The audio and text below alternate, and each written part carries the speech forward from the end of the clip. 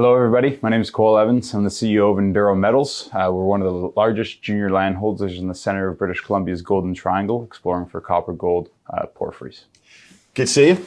Long time. Likewise, Matt. First time in person. Come on, too, like let's do that. I know, yeah. It's so good. So I haven't seen you since October 21. I haven't heard the story since then, but we better kind of give us a quick recap of what have you done since I last saw you? Yeah, well, I mean, the most important thing, we just finished drilling 11,000 meters. But yeah, so when we last chatted, it would have been coming just off of we've called our Burgundy discovery. Yeah. So to recap for people, what this is, and as I mentioned with Enduro Metals, we're focused. Yeah. Starting to pick up the accents I'm hearing in the streets here or something. We're focused on these copper gold porphyries, right? So I can talk about the red crystal Galore Creek's saddle Chachi gold, of course, that a lot of people will be familiar with. And that really started in 2019 on this project.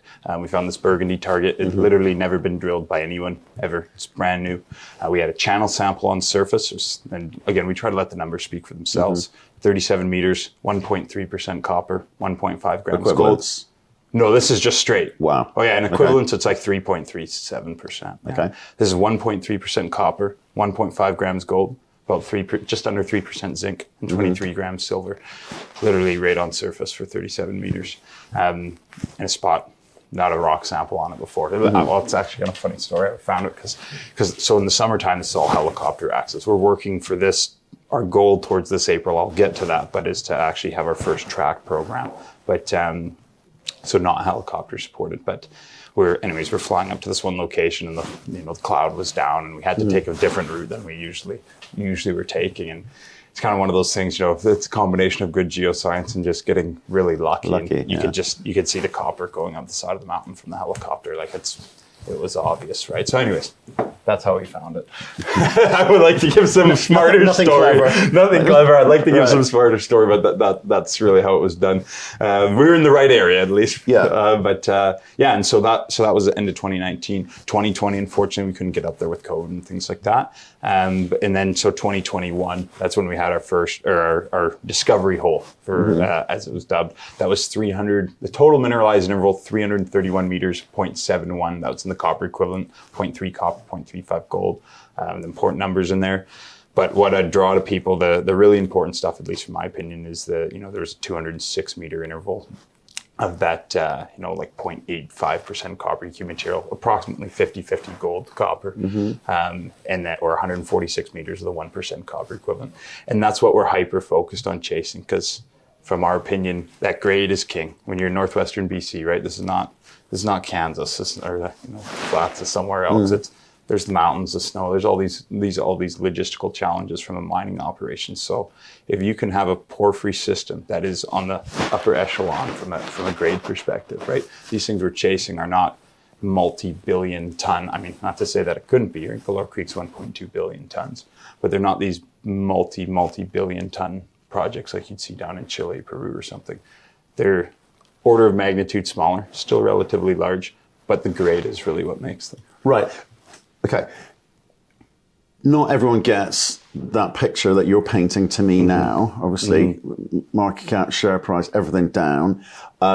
It's not a discovery yet. So discovery hole is always, I like to pick it up, right? Yeah, okay. Yeah. So it comes down to the drill program that you've just done, right? 11,000 meters, right? Yep. You've got a lot to prove. And so what were you going after? It was a case of just drill, which we hear a lot from, small companies, because it's like the only strategy there is, or any strategy that matters. What were you setting out to do? Because when we spoke last, you were talking about, given your background, you like to be intelligent about this. You like to look at the data and go, right, here's a plan that we are going to follow. So what was your big idea? Yeah, so a few things accomplishing with that 11,000 meters. The first thing, and from the first 4 holes that we put out, unfortunately, we're still waiting on 80% of our assays from this drill program. From when did you do that? That would have been these holes are out so far. That would have been starting in July, and then going up into the beginning of October. So how many holes have you reported so far? So we've reported our first 4 holes. We have 21 holes still to come. 16 from Burgundy, 5 from the McLymont Fault, an area that we've Well, this is a new area along the McLymont Fault that we've drilled our gold project. About That's 10 what I'm km interested in. How did you identify the targets that you were going for? Because it was small companies, small budgets. Yeah. And when they start talking about district-wide opportunity, I cringe because it's like that's a way to lose a lot of money. So what's the plan? No, it's focused on Burgundy. That's 90% of our focus. Because like I said, that's what we're not here to build a mine, right? And I'm frank with that with people, obviously, right? Particularly in this neck of the woods, we're here to find a deposit. Yep.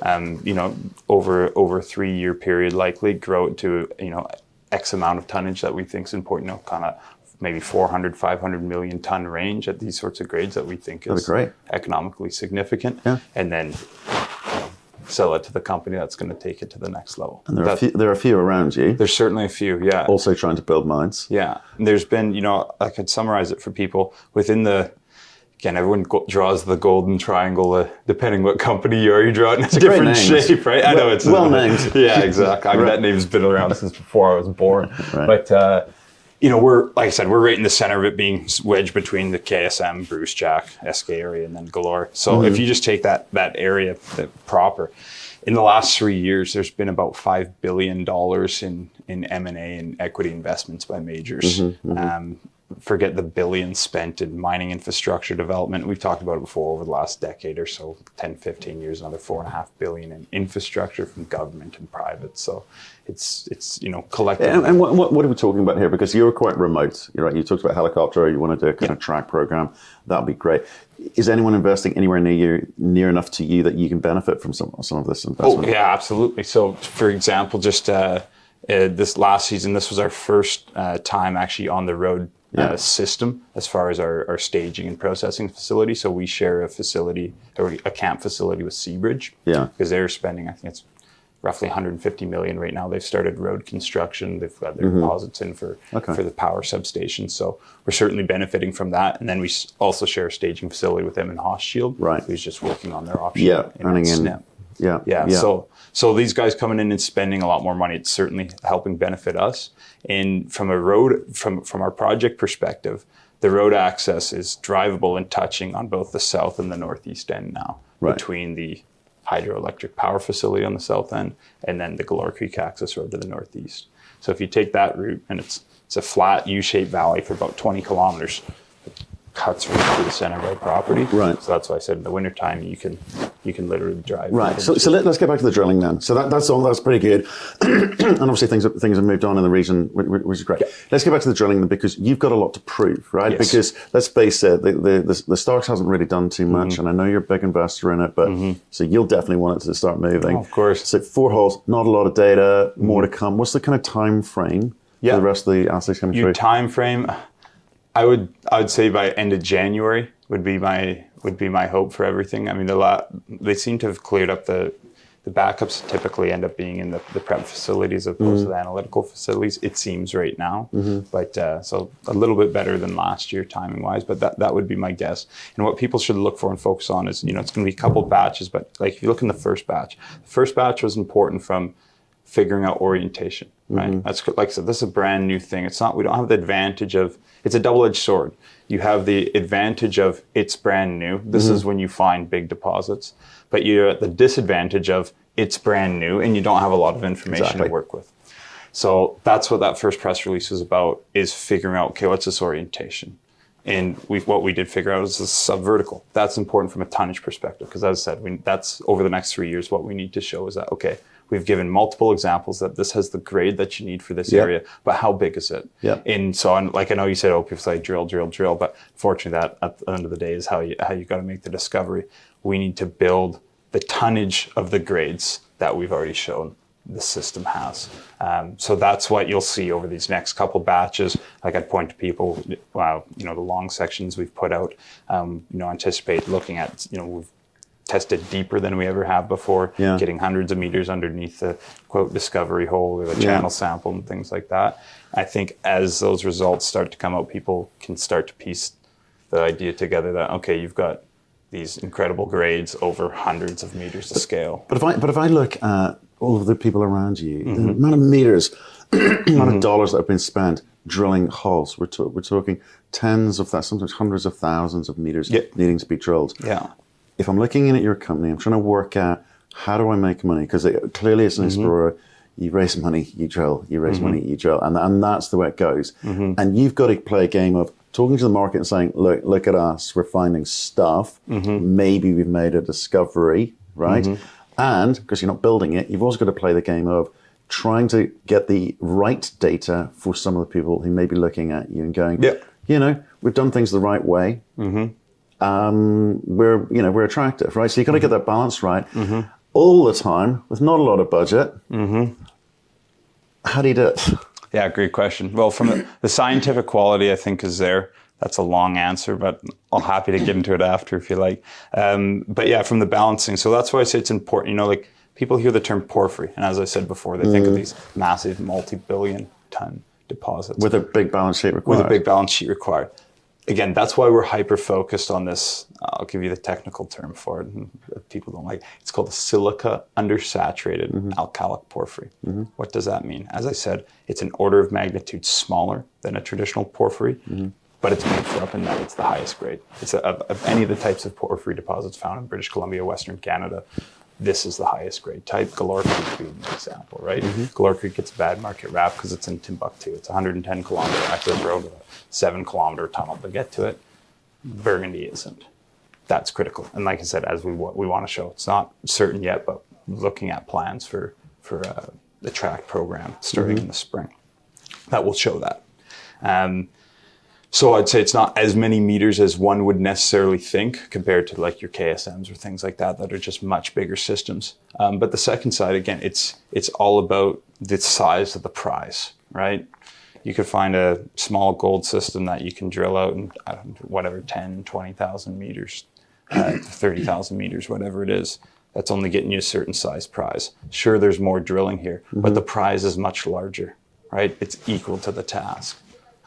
So that's how I think people can make money. And of course, there's been lots of examples. I mean, geochemical being the best example recently, right? That same sort of idea. Doesn't happen overnight. It's a few-year process.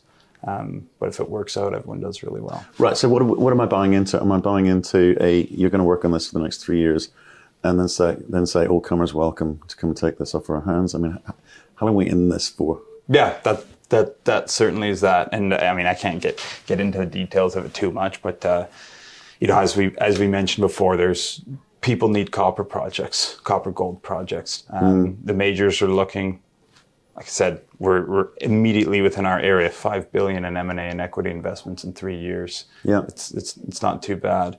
And you look at the risks some of the majors are starting to, you know, even at the conference we're at here, you know, they're making themselves amendable to this earlier phase in the project generation pipeline because they realize that lack of quality copper projects, particularly in first world jurisdictions, right?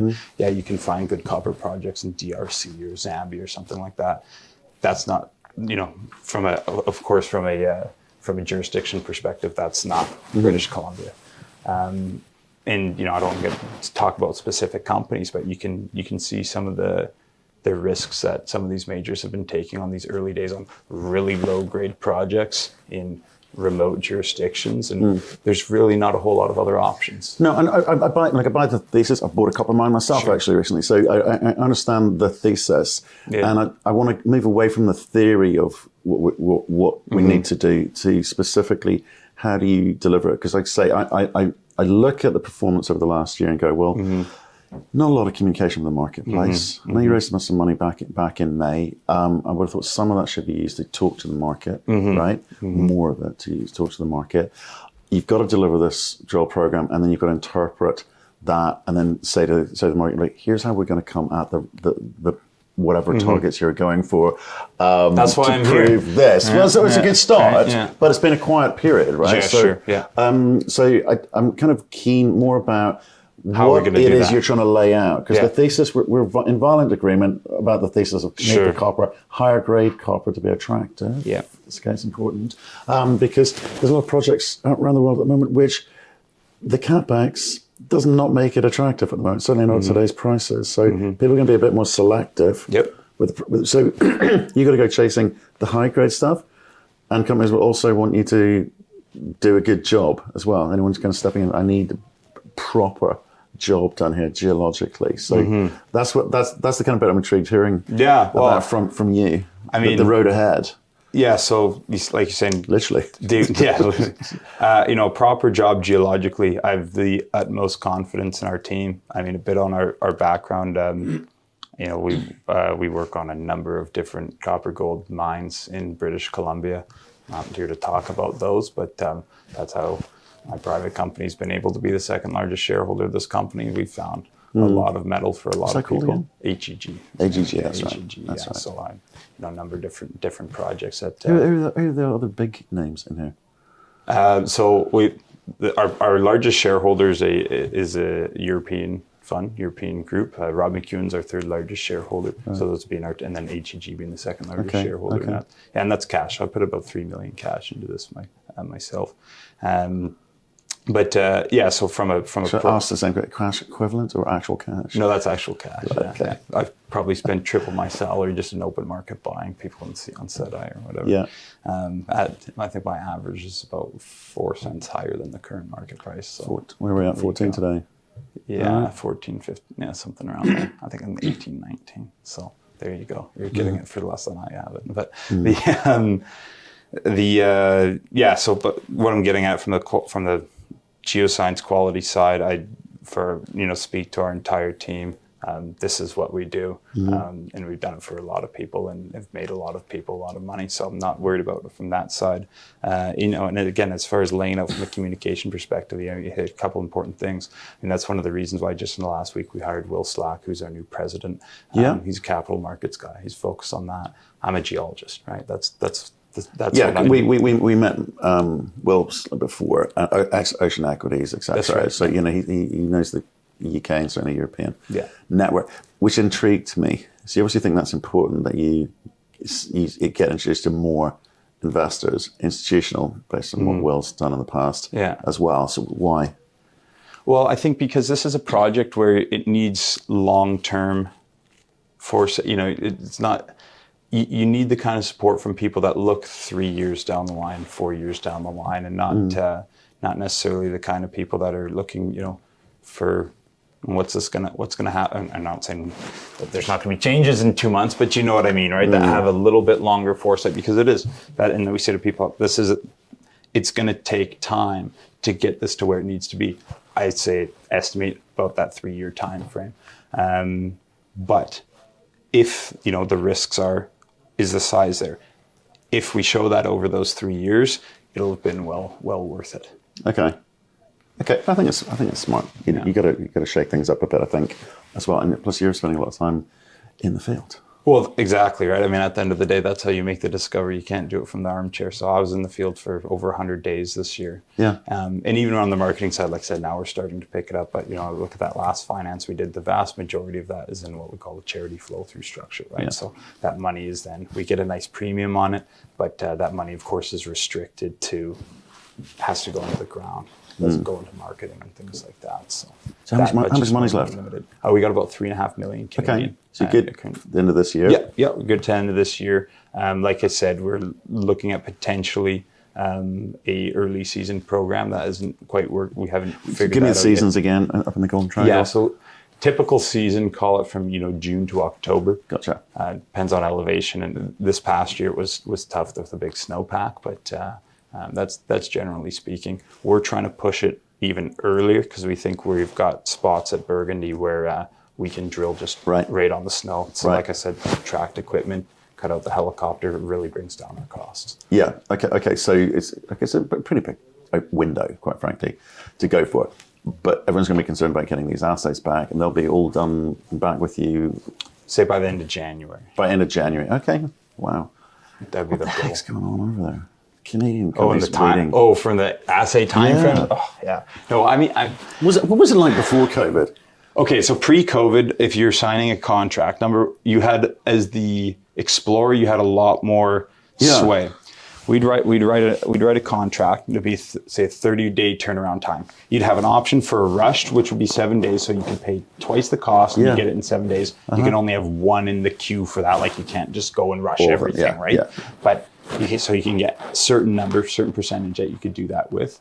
and then you'd be about a 30-day turnaround time. Right. And then there'd be a late penalty. So, prorate every day that goes by, whatever it was, $1 gets knocked off the price or something like that.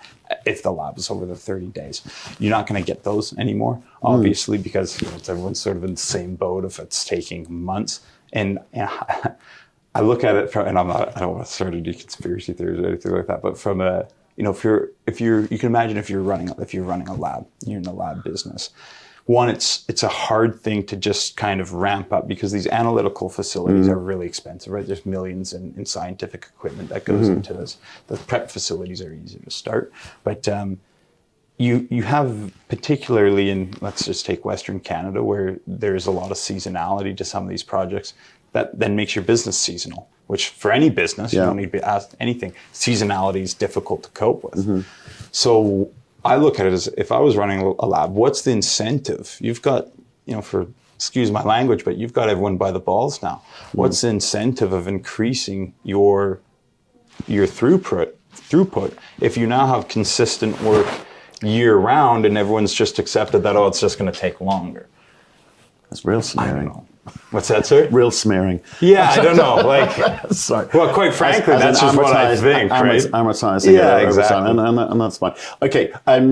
So I was just intrigued about the time frames, but now it seems to be taking inordinately longer. We've got companies who have not presented drill hole results for months. Still today. Many months, which I find extraordinary. I'm not quite sure. Yeah. Why? Like I said, we had our first batch just, 10 days ago. That would have been for drilling that started in July. Okay. I mean, in fairness to some company, I don't know which ones you're referring to. In fairness to some, it is a bit of a rush to get the first ones to the front, because you can imagine when you've got all these different companies you're competing with, if you can even start drilling 2-3 weeks earlier, you've managed to load up the entire queue that was empty with all your stuff. And so now you're going to get a pile of holes first, and then everyone's competing for that single space afterwards. So maybe it falls into that. I don't know. Enduro falls into the latter half of that. So that's all I had to say about it. We better get back to the company. What have you learned this year? What have you learned that's going to change your behavior and some decision making for next year? Because you really need to you need to get going here. It's a matter of ramping up the pace. Yeah, I'd say. So it's more meters, longer time frames. Most importantly, more communication with people and really understanding what it is that we're trying to accomplish and what it is that we're focused on. Because you touched on it before.